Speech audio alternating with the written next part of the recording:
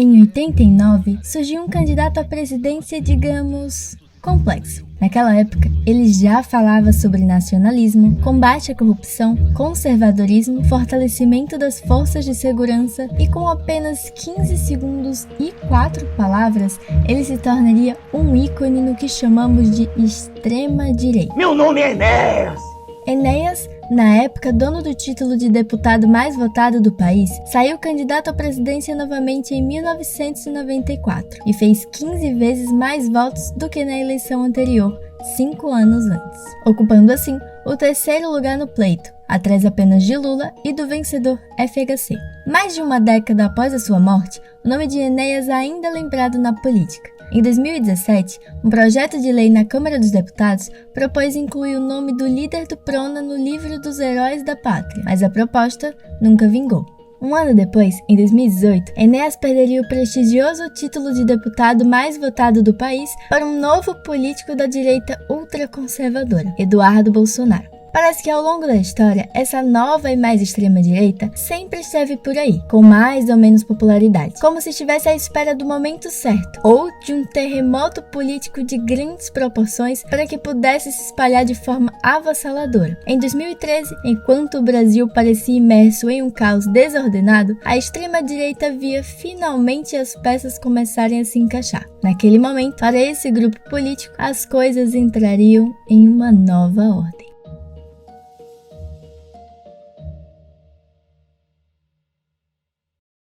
8 de outubro de 2018, o dólar caía para R$ 3,76 e fechava o seu menor valor em 2 meses. A bolsa subia 4,5% e fazia a maior alta diária desde 2016. O Nobel dava espaço para uma economia sustentável, um furacão ameaçava a Flórida e Girls Like You, do Maroon 5, tocava em todas as rádios do mundo. Enquanto isso, o mundo parecia olhar para a gente. Os jornais internacionais abriam espaço nas suas manchetes para o mesmo evento, as eleições presidenciais no Brasil. Em francês, inglês, italiano ou russo, o foco era o mesmo. A extrema-direita mostrava força no país. O resultado do segundo turno você já sabe. Jair Bolsonaro, candidato do PSL na época, foi eleito presidente com quase 58 milhões de votos. Uma nova direita bem mais conservadora e radicalizada chegava ao poder pela primeira vez na história recente do país, depois de anos atuando nas margens do sistema político brasileiro. Mas naquele 2018, o futuro ainda era imprevisível.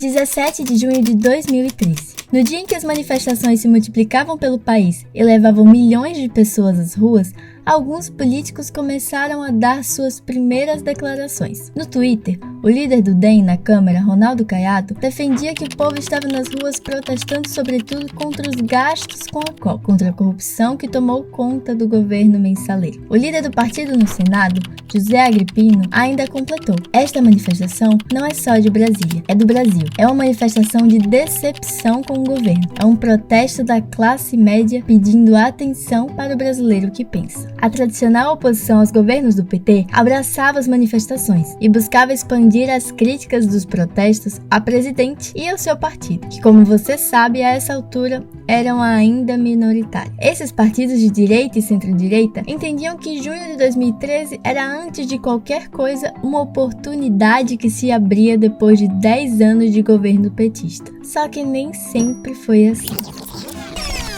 Quando as manifestações ainda não tinham chegado ao seu auge, as declarações desse mesmo grupo político eram um pouco diferentes. Naquela altura, o então governador de São Paulo, Geraldo Alckmin, do PSDB, classificava os protestos como movimentos políticos violentos. O que a gente percebe é que é um movimento político pequeno, mas muito violento, né? E alegava que não iria recuar, e ao contrário do que os gritos nas ruas pediam, a passagem do transporte público não seria reduzida. Até então, boa parte da chamada direita clássica resistia e até repudiava as manifestações. E não era à toa. Esse era um grupo que historicamente valorizava a ordem, a tradição, a liberdade econômica e instituições estabelecidas, apoiando a liberdade individual e democrática, mas limites claros à preservação da liberdade de expressão. Por isso, dá para dizer que com episódios de vandalismo a bancos e manifestantes pedindo mais investimentos públicos, o match entre essa direita e esses manifestantes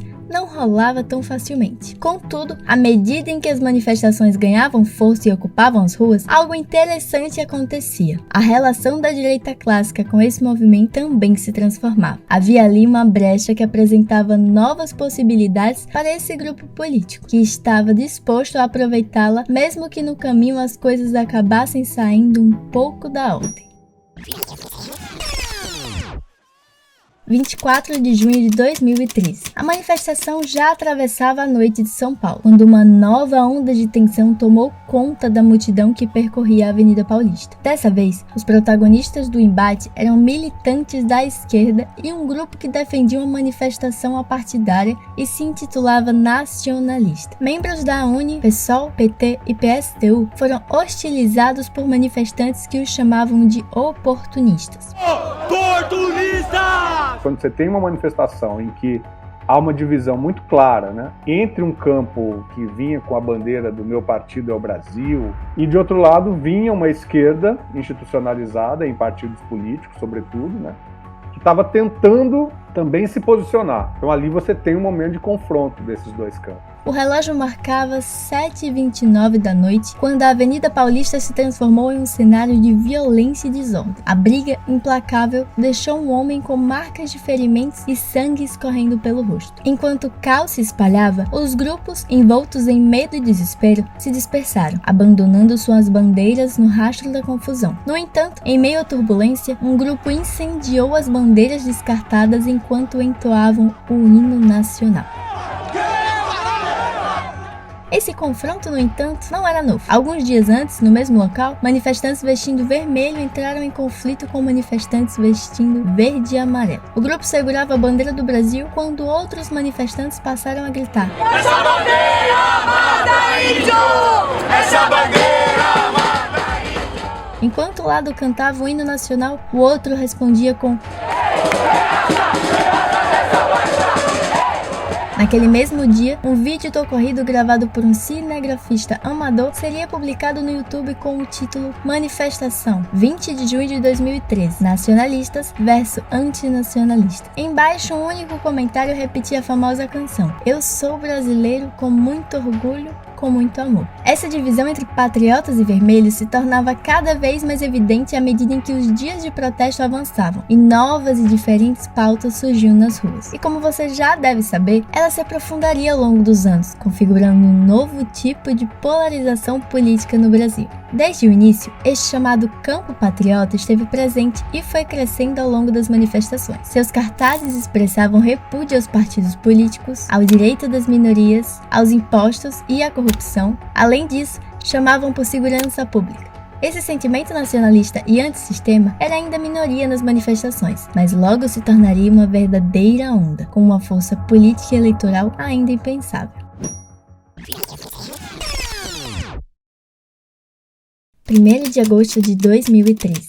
Passados quase 2 meses desde o início das manifestações explosivas em junho, o ambiente nas ruas do país parecia ter se acalmado. Até mesmo as manifestações do Não Vai Ter Copa pareciam ter se desmobilizado. Afinal, depois que a tarifa caiu em vários estados e as manifestações tiveram seus primeiros rachas, parecia que não havia mais grupos e lideranças capazes de colocar gente na rua da mesma forma. No primeiro momento estava todo mundo junto, na sequência a falta de uma demanda ou de uma organização pulverizou essas demandas, os grupos se separaram e no meio daquilo tudo, uma extrema-direita que já estava, que existia, sempre existiu, esse pensamento sempre existiu, né? Estava ali reprimido, só de alguma forma se sentiu livre também para trazer à tona a sua visão. E aglutinou pessoas que estavam ali quietinhas, ele falou: a gente existe, está aqui, a gente pode se aglutinar. Mas a energia popular de junho e o clima generalizado de insatisfação ainda estava vivo. Foi a primeira vez desde que a pesquisa começou que houve queda de confiança em todas as instituições avaliadas. O sentimento antissistema não dava sinais de que iria se dissipar tão cedo. E ao contrário do que alguns apostavam, o governo federal e a esquerda não foram os únicos afetados. Junho era uma carta de insatisfação com os políticos, com o sistema, com a democracia brasileira e com suas possibilidades. Se você tem esses desdobramentos políticos, né, A conclusão a qual as pessoas chegaram é de que a democracia não é confiável, né? A democracia não serve para nada. E a dificuldade de direita e esquerda tradicional em responder às demandas e anseios da população nas ruas naquele ano deixava um espaço aberto para que algo ou alguém apresentasse novas respostas. 13 de março de 2016. Protestos aconteciam em todos os cantos do Brasil e levavam, de acordo com a PM, mais de 3 milhões de pessoas para as ruas. O motivo? A insatisfação com o governo federal. Diferente de 2013, agora os verdes e amarelos eram praticamente a totalidade dos manifestantes, que ao invés de gritar por 20 centavos ou hospitais padrão FIFA, falavam essencialmente em uma coisa: impeachment. Na verdade, mais do que isso, nos cartazes era possível ver mensagens contra a corrupção, em favor da Lava Jato, pedidos por novas eleições e até por intervenção militar. O campo patriota emergiu triunfante, com sua presença inconfundível e sua mensagem poderosa agora reverberava por todos os cantos, sob seus gritos energéticos de guerra, como nossa bandeira jamais será vermelha. A nossa bandeira jamais será vermelha! E fora corruptos, essa poderosa corrente anti-institucionalista tomou conta, impulsionada pela convicção de que somente um grupo destemido e incansável poderia enfrentar a corrupção e a impunidade que assolavam o país. Os policiais, que outrora eram vistos como agentes de repressão, agora se tornaram heróis aclamados pelos manifestantes. Em meio ao fervor das ruas, eles posavam orgulhosamente para fotos, lado a lado com um grupo verde e amarelo. Essa nova dinâmica desafiava as convenções estabelecidas e representava uma ruptura significativa com as demandas de 2013. Aquilo tudo estava longe de ser uma reprise ou uma continuação das tais jornadas. As ruas repletas de manifestantes vestindo verde e amarelo, segurando cartazes pedindo o impeachment da Dilma e a prisão do Lula, pareciam passar um sinal claro: era a vez da direita. Só que não era a direita tradicional que muita gente por aí pensava. A direita, pela primeira vez, ganha a rua, mas não é a direita. Não é a direita tradicional. É uma coisa que ninguém sabia o que era. Põe 500 mil pessoas na Avenida Paulista pedindo o impeachment da Dilma. E isso nunca aconteceu. Nem na marcha de 64 não aconteceu. E a direita tradicional achou que essa era a base dela. Vamos derrubar a Dilma e a rapadura cair no nosso colo. Mas não caiu no colo deles. Começou a aparecer uma direita que, junto com o impeachment da Dilma, começou a falar outras coisas. Basicamente dizia o seguinte: nós agora somos a classe dirigente e vocês, direita tradicional, a elite propriamente dita política, econômica, empresarial, cultural do Brasil, serão os nossos liderados. O rumo seremos nós que daremos, nós que representamos uma nova força política no Brasil capaz de pôr milhões de pessoas nas ruas.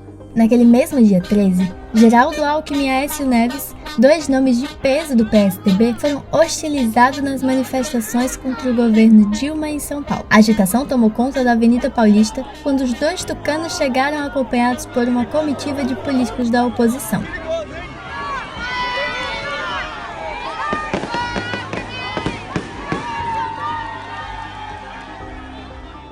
O microfone estava pronto, mas surpreendentemente, eles optaram por declinar o convite de discursar. O suspense pairava no ar, deixando um vazio que apenas outras vozes poderiam preencher naquele momento. Na verdade, não era claro naquele momento, mas esse espaço já estava sendo ocupado. Pouco menos de um ano antes, quando as manifestações do Fora Dilma estavam começando, um protesto em São Paulo reunia cerca de 300 mil pessoas. Subia em um carro de som do portal Revoltados Online o deputado Jair Bolsonaro. Abaixo dele era possível ver uma faixa escrita: "Juntos e com Deus, somos mais fortes". Naquele dia, segundo os jornais, Bolsonaro seria tratado como celebridade, se locomovendo com dificuldade entre os manifestantes, alguns inclusive o chamariam de presidente.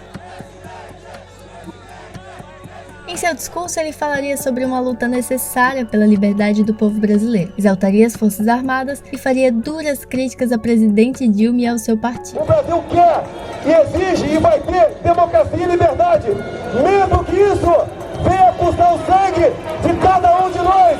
Bolsonaro afirmaria ainda que gostaria de participar da política nacional em 2018. Não estou dizendo que sou candidato, quero apenas elevar o nível no debate para 2018. A fala era gravada por diversos celulares de manifestantes e de cima do carro era transmitida ao vivo nas redes sociais por Eduardo Bolsonaro. Com o tempo, o deputado do PP seria uma presença cada vez mais comum nas manifestações e no imaginário dos brasileiros. Para o surgimento de uma candidatura como a do Jair Bolsonaro e, de alguma forma, captou aquele sentimento difuso e generalizado de crítica ao sistema político tradicional. Quando você tem uma série de demandas que se manifestam de forma muito clara e você, como resultado dessas demandas, colhe o seu negativo, o seu contrário, né?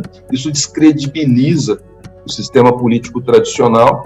Antes conhecido por suas participações polêmicas em pequenos programas de auditório que repercutiam nas redes sociais, Bolsonaro passava a se tornar figura de relevo para uma parte da direita brasileira. Embora naquela altura, pouca gente levava a sério suas possibilidades eleitorais.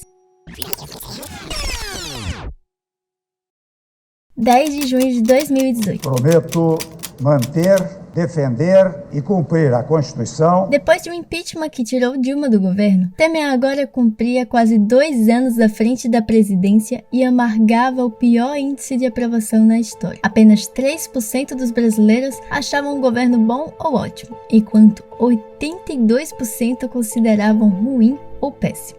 Nome tradicional da direita brasileira, Temer era um político de carreira discreto, pouco simpático, mas muito influente em Brasília. Sua indicação a vice era o símbolo da aliança entre MDB, seu partido, e o PT, na velha história de garantir a governabilidade da esquerda no chamado presidencialismo de coalizão. Só que depois que esse casamento acabou e Dilma caiu, Temer se encontrou na cadeira presidencial em meio a um país imerso no sentimento antissistema. Justo ele, o cara do sistema, o mesmo sistema que os manifestantes de 2013 criticavam em seus cartazes. Seu governo seria marcado por medidas como a reforma da Previdência, a reforma trabalhista e o teto de gastos. Este último, que na prática acabava por conter o investimento público em áreas como saúde, educação, moradia. Era como se a classe política esquecesse que anos antes a população ia para as ruas para pedir hospitais e escolas padrão FIFA. Ironicamente, depois de anos nas ruas contra a corrupção no governo, o Brasil tinha agora um presidente que, segundo pesquisa divulgada pelo Datafolha em 2017,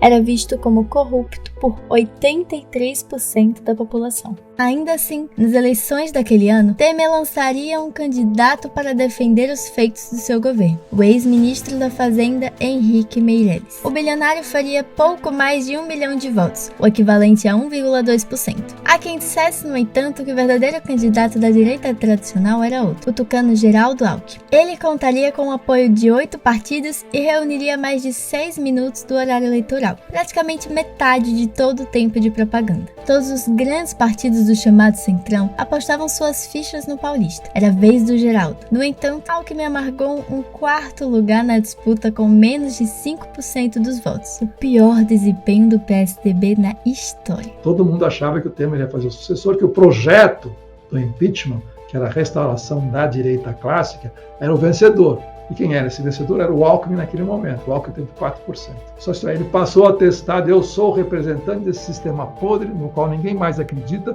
e que está escancarado à luz do dia desde junho de 2013. E essa direita começou a aparecer. Essa nova direita começou a aparecer. Uma nova direita que era muito mais consequente e coerente do que a velha direita. Bom, ficou claro com os 4% do Alckmin que já tinha um novo ator em cena, que sabia o que fazer e como ganhar as eleições contra esse sistema político completamente desacreditado.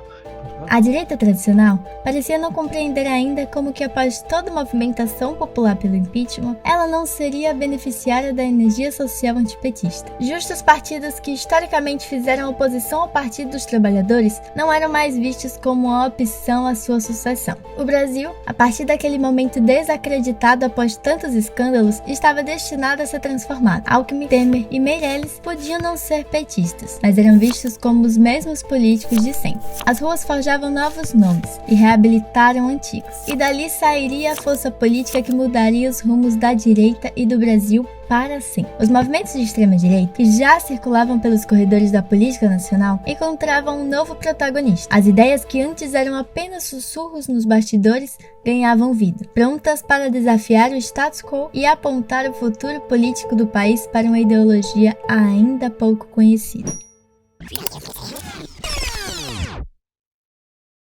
18 de agosto de 2005. Nos meses em que o escândalo de corrupção estourava no país, uma manifestação liderada pelo PSTU e PSOL tomou conta da esplanada dos ministérios. O clamor pela destituição do presidente Luiz Inácio Lula da Silva ecoava entre os manifestantes, que entoavam gritos contra o Congresso, o PSDB e o PFL. Vestidos como os icônicos irmãos Petralha, eles zombavam dos petistas acusados de corrupção, ironizando-os sem piedade. Algumas das cenas que ficariam conhecidas anos depois já eram vistas nessa manifestação, como a queima de bandeiras do PT e os gigantes bonecos representando Lula com roupa de presidiário. Essa manifestação, que pediu uma revolução socialista, contava, no entanto, com alguns grupos bem diferentes, entre eles membros do PRONA, o partido nacionalista e de extrema-direita fundado anos antes por Enéas Carneiro, que fez todo o trajeto com o carro de som desligado a pedido dos organizadores do evento. Mesmo 8 anos antes de 2013, era possível ver uma direita bem diferente daquela mais tradicional já estava na rua, e talvez ela nunca mais tenha voltado para casa.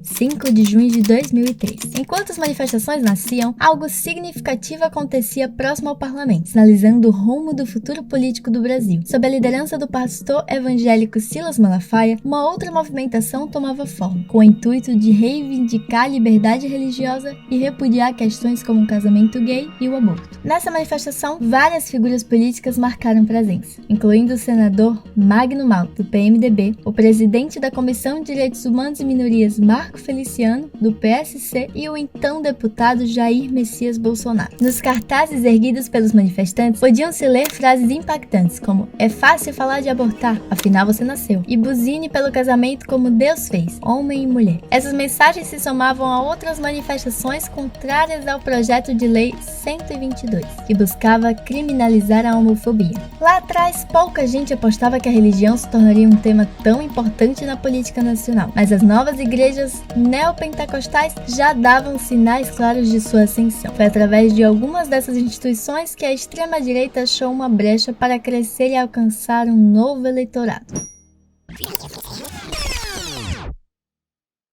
11 de abril de 2016. A data tinha seu marco gigantesco, a votação televisionada na Câmara para a abertura de um processo de impeachment contra a então presidente Dilma. Mas em meio a tantos discursos, um deles chamou a atenção e foi especialmente chocante. E você já deve até saber do que estamos falando. Naquele momento tenso durante o processo de impeachment, as palavras de Jair Bolsonaro ressoaram no plenário com uma intensidade indescritível. Pela memória do coronel Carlos Alberto Brilhante Ustra, o pavor de Dilma Rousseff. Parecia estranho que no Congresso Nacional se votasse em nome da tortura, símbolo da repressão cruel promovida pela ditadura civil-militar brasileira. O voto de Bolsonaro repercutiu nas redes. Para falar bem ou para falar mal, seu vídeo seria compartilhado incontáveis vezes. Mesmo com toda a pressão para que o deputado fosse punido por sua declaração, nada foi feito. Sua fala e impunidade transmitiam um sinal que poucos entendiam naquele momento, mas que jamais seria esquecido. 28 de outubro de 2018. Naquele momento de grande virada política, as peças do tabuleiro estavam se movendo rapidamente. O Jair Bolsonaro, candidato da extrema-direita, emergia como o escolhido pelos brasileiros, conquistando uma impressionante marca de 57 milhões de votos no segundo turno. A partir daquele instante, as portas do Palácio do Planalto se abriram para receber um líder controverso, cujas ideias e propostas despertavam paixões e polarizavam a nação. A direita clássica, outrora dominante, agora via-se à margem do protagonismo político, enquanto a direita extremista e nacionalista, representada pelos novos patriotas conservadores, assumia o centro do palco. Era uma mudança de narrativa que prometia redefinir o curso da política brasileira nos anos seguintes. Mas aparece pela primeira vez uma nova direita, se torna hegemônica, que vai dirigir a velha direita, vai incorporá-la e dizer, olha, essa nova direita é o seguinte, eu não tenho medo de dizer que nós somos contra direitos humanos, nós somos contra essa ideia absurda de justiça social, surgem com um poder espantoso de mobilização popular, com 60 milhões de votos, e põe a velha direita no bolso. Nesse mesmo dia, o seu antecessor Michel Temer disse em um rápido pronunciamento que acreditava que Jair Bolsonaro faria um ótimo governo para o país e definiu as expectativas como paz e harmonia que o Brasil precisava. À medida que o tempo passava, era possível notar uma movimentação discreta, mais significativa, dos partidos da direita clássica. A base do governo de extrema-direita eram os tradicionais, e cada vez mais esses clássicos eram engolidos pelos novos extremistas. Essa ascensão da extrema-direita, de certa forma, está ligada à normalização dessa nova agenda autoritária e intolerante nas democracias liberais. Esse processo de mudança não ocorreu de forma súbita, mas sim gradual ao longo do tempo. Fato é que a extrema-direita fala hoje o que já falava há 20 anos atrás. Ser homossexual não é um exemplo homossexuais casarem. Isso é um absurdo. Casar? Dois homossexuais casarem? Não, pelo amor de Deus. Mas só que em um contexto de fragilidade econômica e social e numa resposta quase inexistente das instituições democráticas. Só no respeito às Forças Armadas, a sociedade terá a garantia da liberdade e do bem-estar conseguidos pela própria nação. Grande parte da população entende que o período militar não foi ditadura como a esquerda sempre pregou. Junho de 2013 não é responsável pela origem ou ascensão da extrema-direita e do bolsonarismo no país. As pautas, as demandas e os agentes que estavam nas ruas em 2013 são bem diferentes daqueles que mobilizaram multidões em 2015, 2016, 2017 e 2018. Não dá para colocar tudo no mesmo balaio. Não dá porque esses períodos eles envolveram disputas políticas que eram abertas. Não é um processo que tem o seu resultado dado a priori. Mas as jornadas de junho criaram um momento de cisão na história política do país, sem o qual tudo o que veio depois não seria possível. Isso tudo, somado a um cenário de deterioração da economia, fez com que o discurso da extrema-direita pudesse se propagar com mais facilidade. Nomes que se auto-intitulavam outsiders pareciam mais atraentes para uma população que não acreditava mais em seus políticos de sempre. A linguagem simples e proposição de soluções fáceis associada a figuras carismáticas seria uma combinação perfeita para que esses grupos que sempre estiveram entre nós pudessem finalmente ascender. Então, mas não é assim. Foram as jornadas de junho que fizeram. Essas pessoas estavam aí. A gente teria tido tudo que aconteceu depois sem as jornadas de junho? Eu diria que provavelmente não, tá? Porque esses grupos perceberam que eram muitos, que eles tinham voz e que eles podiam ir pra rua. Provavelmente, não tem como saber, né? A gente não teria tido tudo que a gente teve depois. Ou talvez demorasse mais e acontecesse, entendeu? Porque essas pessoas existiam, essas demandas existiam, essa tendência existia. Mas junho de 2013 não é só isso. Ele contribui também na catalisação de diversos movimentos sociais e realocou a rua como um espaço político, como um local de disputa. De certa forma, o brasileiro passou a olhar para a política de outra forma, entendendo melhor suas demandas, produzindo novas e importantes lideranças dos mais diferentes aspectos políticos. Nesse sentido, junho alinha-se, a uma longuíssima tradição de mobilizações populares em torno de direitos sociais, de direitos de cidadania, Junho deixou uma lição para a esquerda e para a direita de que era necessário ouvir as demandas legítimas nas ruas. Redesenhou a importância de se comunicar com suas bases e entender seus problemas reais. Eu penso que essa geração que esteve nas ruas em 2013, chega até 2023 com um legado que é exatamente entender que as ruas são um espaço de cidadania, de articulação, e isso tudo